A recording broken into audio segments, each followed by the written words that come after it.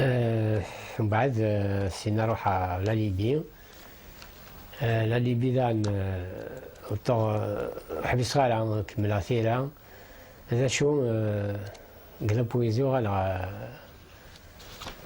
غالا لا بروز دونك خمادا رومون dans des conditions pénibles. وسع l'addictionnel rien ولاش دابور دينا تا فرانسيس لا ليبي ولا حد ما سميت تسالو استوفرا يم دوكا لو يديك تمنا خام تفرغ لي زيكرينينو قبل سندا ثمور خاطر دينا نيمبورت كي كنسن كون اكسنسني لا بوليس ايتترا مثلت ثروميث ذا وعرب غرسن قدافي انت كان لا لوا لي ديسكور لاش لي لوا كيت لي ديسكور سي لا لوا دونك là voyez on mémoire le muet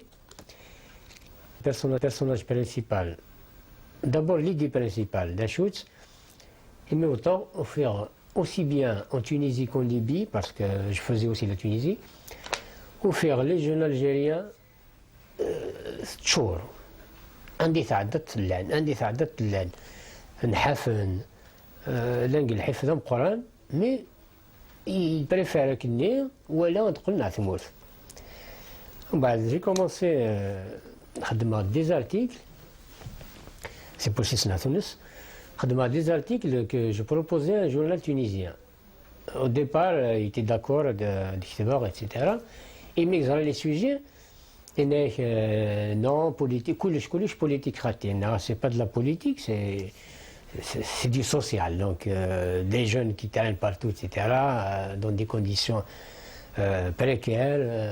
حد يتسافر درايك حد يتسافر حد يتسافر ذي تشمس حد يتسافر باقي خاطيهم يخطوش الجيري خاطيهم يديهن خمم كم الليفر سي ليستوار ديال الليفر كان mais il faut les témoignages que j'ai recueillis يلاق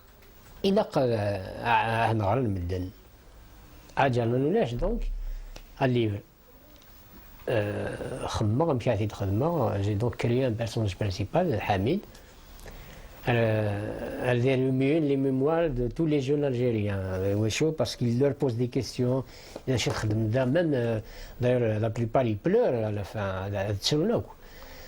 on a les sections de يضحكوا هذه تسلوهم donc ils remuent vraiment leur mémoire et جرحان quand ils leur posent des questions donc كل يوم داش يضحك et la diversité des personnages nés وهذا جونيور وهذا ماسي وهذا électricien وهذا manœuvre كل يوم داشوت la diversité née il y a quelque chose quand même qui les réunit c'est le malheur commun c'est-à-dire l'unité à Orson, c'est qu'ils pensent tous qu'ils fuient la même chose. Et ils fuyaient la même chose.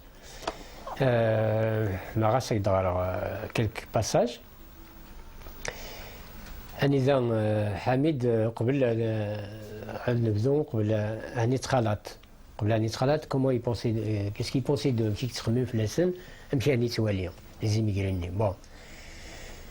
Alors Hamid se remit à penser à ces nouveaux émigrés et à la façon dont il les regardait avant de les connaître, avant de vivre la vie de chacun d'eux, la douleur de chacun d'eux.